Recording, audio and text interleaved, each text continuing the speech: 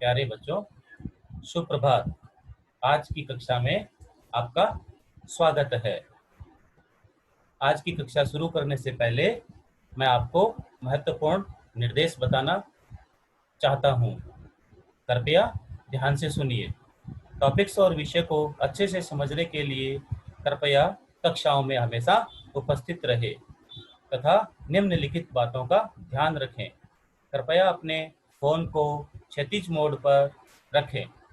आवाज़ स्पष्ट आए इसलिए ईयरफोन या हेडफोन का प्रयोग करें।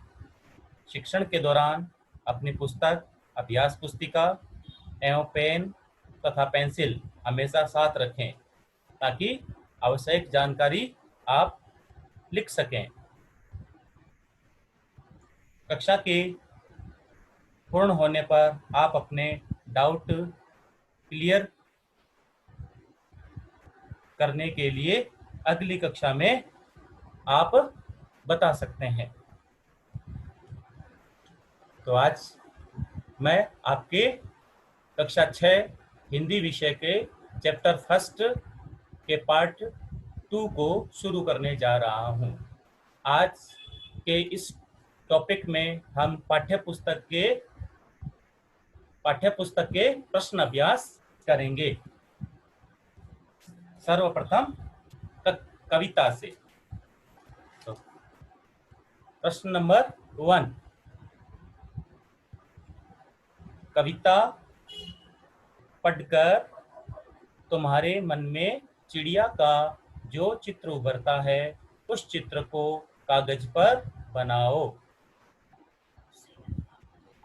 उत्तर, कविता पढ़कर हमारे मन में निम्नलिखित चित्र उभरते हैं। वह नीले पंखों वाली सुंदर चिड़िया है। तो सबसे पहले हमारे मन में यह कल्पना आती है कि वह चिड़िया है जो नीले पंखों वाली सुंदर चिड़िया है। चिड़िया मधुर स्वर में जंगल में गाती है। दूसरा जो कल्पित चित्र हमारे सामने आता है कि चिड़िया मधुर स्वर में जंगल में गाती है। वह तीसरा जो पॉइंट हमारे सामने आता है कि वह बहती नदी का पानी पीती है। चिड़िया का आकार छोटा है। और अगला चित्र जो हमारे मन मस्तिष्क में उभरता है कि उसे आजादी बहुत पसंद है। तो कविता पढ़ करके हमारे मन में अनेक चित्र उभरते हैं। तो आप इनसे संबंधित चित्र भी बना सकते हैं। दूसरा प्रश्न देखिए, तुम्हें कविता का कोई और शीर्षक देना हो तो क्या शीर्षक देना चाहोगे? सोचकर लिखिए। नन्ही चिड़िया, यानी सबसे पहले जो हम इसको शीर्षक देना चाहेंगे नन्ही चिड़िया, और दूसरा शीर्षक हम देना चाहेंगे सुंदर चिड़िया, और तीसरा जो शीर्षक है हम परिश्रमी चिड़िया भी दे सकते हैं। इसके अलावा आपके मन मस्तिष्क में कोई और शीर्षक हो तो वो भी आप इससे संबंधित लिख सकते हैं। प्रश्न नंबर 3 देखिए, इस कविता के आधार पर बताओ कि चिड़िया को किन किन चीजों से प्यार है। उत्तर, इस कविता के आधार पर ज्ञात होता है कि चिड़िया को दूध भरे अनाज के दानों, नदी तथा जंगल से प्यार है। चिड़िया जूडी के दाने एवं अन्य अनाज के दानों को खाना पसंद करती है। इस चिड़िया को गीत गाना पसंद है। जंगल से इसे बहुत प्यार है। यह नदी से भी बहुत प्यार करती है। अगला प्रश्न, आज से स्पष्ट करो, जिसका क नंबर है, रस उंडेलकर गा लेती है। इसका आशय स्पष्ट करना है। तो इसके आशय में आप लिखेंगे, चिड़िया जंगल में जब अकेली होती है तब वह बिना किसी डर और संकोच के उन्मुक्त भाव से गाती है। वह मधुर स्वर में गाती है। उसके स्वर की मधुरता वातावरण में रस घोल देती है। अगला जो हमारा आज से स्पष्ट करने के लिए प्रश्न नंबर दे रखा है कि चढ़ी नदी का दिल टटोलकर जल का मोती ले जाती है। इसका आशय है कि छोटी चिड़िया चढ़ी हुई नदी से बिल्कुल भी नहीं घबराती।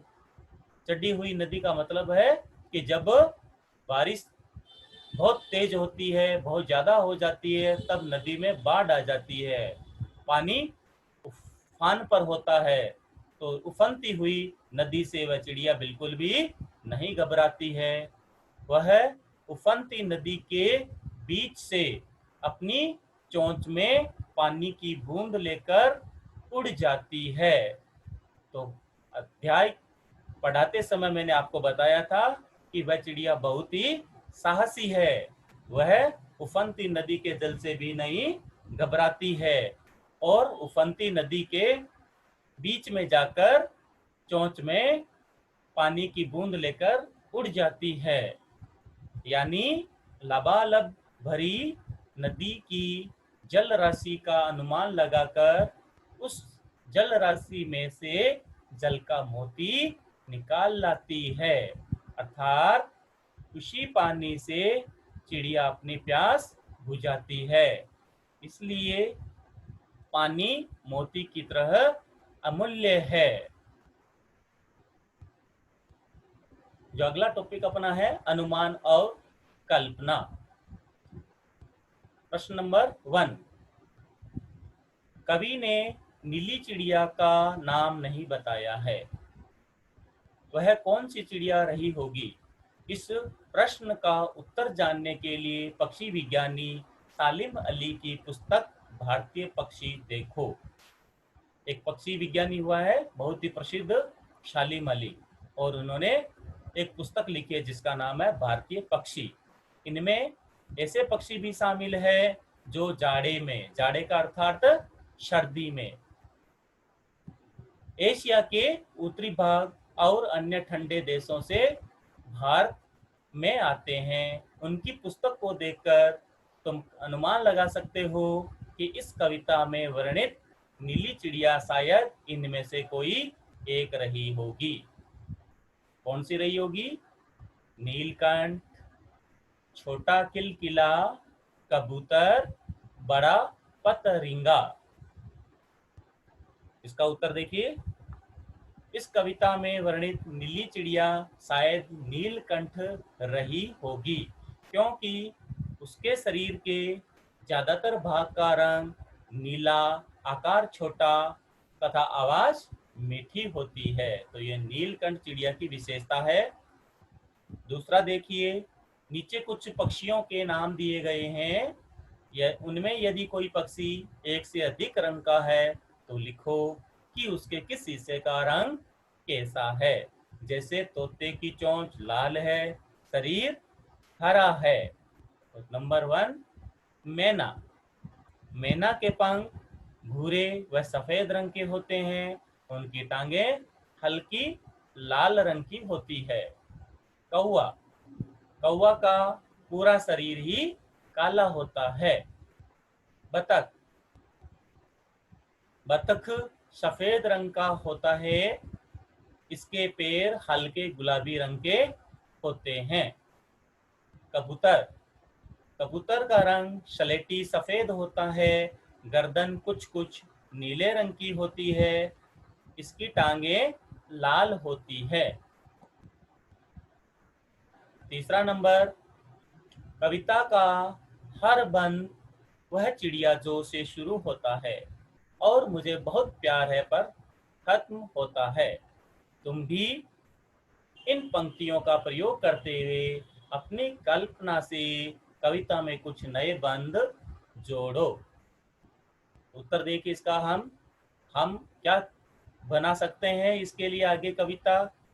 वह चिड़िया जो ची ची करके सबका मन बहलाती है, नील गगन की सीमा पाने पंख पसारे उड़ जाती है। अपना घर बनाने के लिए घास के तिनके लाती है, वह परिश्रमी चिड़िया सबको परिश्रम का पाठ सिखाती है। तो इस प्रकार से आप अपने मन की कल्पना से भी इसके बारे में और अच्छी सी कविता लिख सकते हो। प्रश्न संख्या 4 देखिए। तुम भी ऐसी कल्पना कर सकते हो कि वह फूल का पौधा जो पीली पंखुड़ियों वाला महक रहा है, मैं हूँ। उसकी विशेषताएं मुझ में है। फूल के बदले वह कोई दूसरी चीज भी हो सकती है, जिसकी विशेषताओं को गिनाते हुए तुम उसी चीज से अपनी समानता बता सकते हो। ऐसी कल्पना के आधार पर कुछ पंक्तियां लिखो। उत्तर देखिए इसका।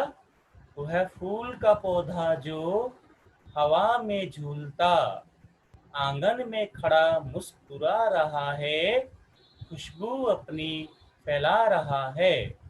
पीली पंखुड़ियों वाला पौधा मैं हूँ, मुझे हवा से बहुत प्यार है।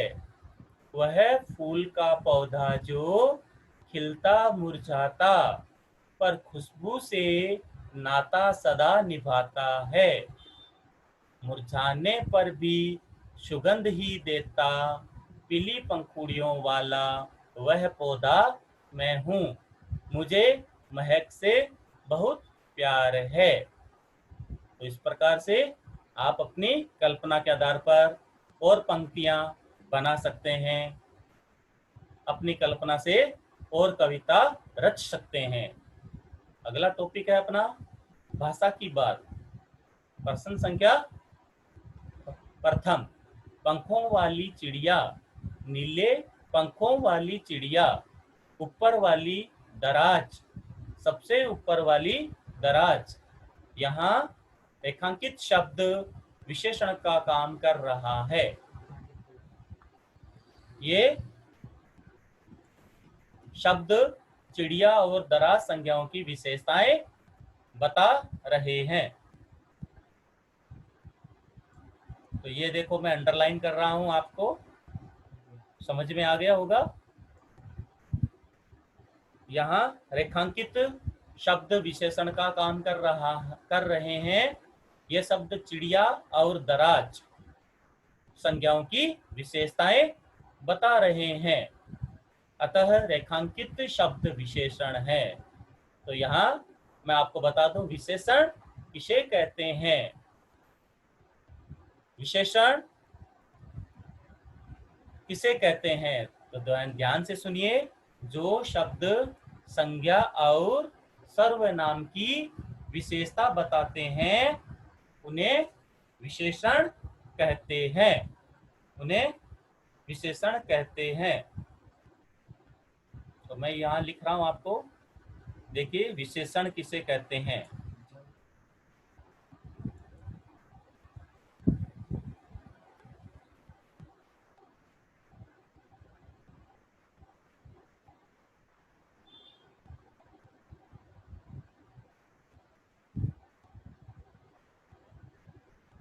आप भी इसको नोट कर लीजिए।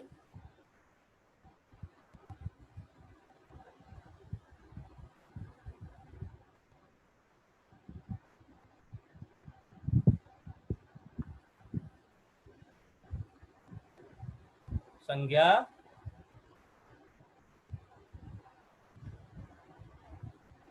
और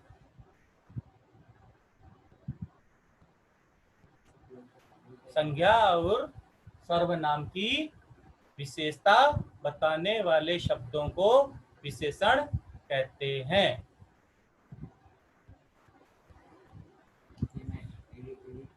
यह शब्द चिड़िया और दराज संज्ञाओं की विशेषताएं बता रहे हैं, अतः रेखांकित शब्द विशेषण है और चिड़िया दराज विशेष्य है। यहाँ वाला वाली जोड़कर बनने वाले कुछ और विशेषण दिए गए हैं। ऊपर दिए गए उदाहरणों की तरह इनके आगे एक एक विशेषण और जोड़ो। मोरों वाला बाग, तो एक क्या विशेषण आप जोड़ सकते हैं नीचे देखो, सुनहरे मोरों वाला बाग, सुनहरे मोरों वाला बाग। हरे भरे पेड़ों वाला बाग, हरे भरे पेड़ों वाला बाग। पीले फूलों वाली क्यारी, पीले फूलों वाली क्यारी। महात्मा गांधी स्कूल वाला रास्ता, महात्मा गांधी स्कूल वाला रास्ता। अधिक हंसने वाला बच्चा, अधिक हंसने वाला बच्चा। घनी मूंछों वाला आदमी, घनी मूंछों वाला आदमी।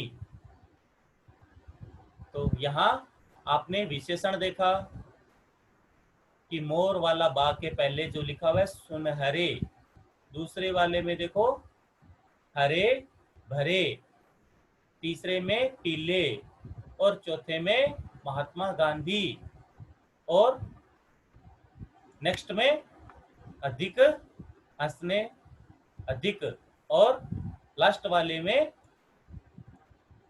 घनी। ये मैं रेखांकित कर रहा हूं तो आपको समझ में आ जाएगा कि जो रेखांकित शब्द है ये विशेषण है। सुनहरे, हरे भरे, पीले, महात्मा गांधी, अधिक, घनी। दूसरा देखिए प्रश्न संख्या 2, वह चिड़िया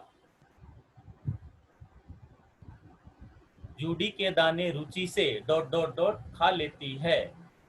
वह चिड़िया ... रेस, रस आएगा इधर, गलत है बेटा, यहाँ पर रस करोगे आप, कि रस उंडेलकर गा लेती है। कविता की इन पंक्तियों में मोटे छापे वाले शब्दों को ध्यान से पढ़ो। पहले वाक्य में रुचि से खाने के ढंग की और दूसरे वाक्य में रस उंडेलकर गाने के ढंग की विशेषता बता रहे हैं, अतः ये दोनों क्रिया विशेषण है। नीचे दिए गए वाक्यों में कार्य के ढंग और रीति से संबंधित क्रिया विशेषण शब्द छांटो। तो क्रिया विशेषण किसे कहते हैं? जो शब्द क्रिया की विशेषता बताते हैं उन्हें क्रिया विशेषण कहते हैं। तो एक नंबर पर देखिए, सोनाली जल्दी जल्दी मुंह में लड्डू ठूंसने लगी। तो क्रिया क्या है यहाँ? यहाँ क्रिया है ठूंसने लगी। तो ठूंसने लगी से पहले क्या आ जाएगा? जल्दी जल्दी। तो ये जल्दी जल्दी क्या हो गया? क्रिया विशेषण। जल्दी जल्दी मुंह में लड्डू ठूंसने लगी। 2 नंबर पर देखिए, गेंद लुढ़कती हुई झाड़ियों में चली गई। तो चली गई क्या है यहाँ? चली गई क्रिया है और लुढ़कती हुई क्रिया विशेषण। लुढ़कती हुई क्रिया विशेषण है। भूकंप के बाद जनजीवन धीरे धीरे सामान्य होने लगा। तो यह सामान्य होने लगा क्या होगी? क्रिया, और इसकी विशेषता बताने वाले है शब्द धीरे धीरे। तो ये धीरे धीरे क्रिया विशेषण शब्द हैं। अगला देखिए, कोई सफेद सी चीज धप से आंगन में गिरी। तो यहाँ गिरी शब्द क्रिया है और इसकी विशेषता बता रहे हैं धप। तो धप शब्द क्या हो गया? क्रिया विशेषण। नेक्स्ट, टॉमी फुर्ती से चोर पर झपटा। तो झपटा शब्द है क्रिया है और फुर्ती से शब्द है क्रिया विशेषण। नेक्स्ट, तेजिंद्र सहमकर कोने में बैठ गया। तो बैठ गया यहाँ है क्रिया, इसकी विशेषता है सहमकर। तो सहमकर शब्द में क्रिया विशेषण। आज अचानक ठंड बढ़ गई, तो क्रिया हो गई बढ़ गई। क्या बढ़ गई? ठंड। अचानक ठंड बढ़ गई, तो अचानक ठंड क्या हो गई? क्रिया विशेषण। और बढ़ गई क्या है? क्रिया।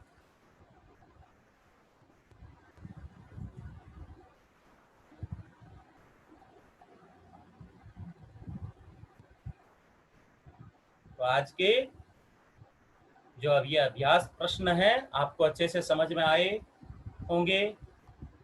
आपको अपनी अभ्यास पुस्तिका में इनको लिखना है और अच्छे से इनको याद करके रखना है, ताकि आने वाले जो अपने एग्जाम्स हैं, परीक्षाएं हैं, उनमें आपके अच्छे नंबर आ सके। धन्यवाद। अगली कक्षा में हम दूसरा अध्याय पढ़ेंगे। तब तक आप घर पे रहिए, सुरक्षित रहिए, आनंद उठाइए और अपना घर पर रह करके अध्ययन जारी रखिए। धन्यवाद।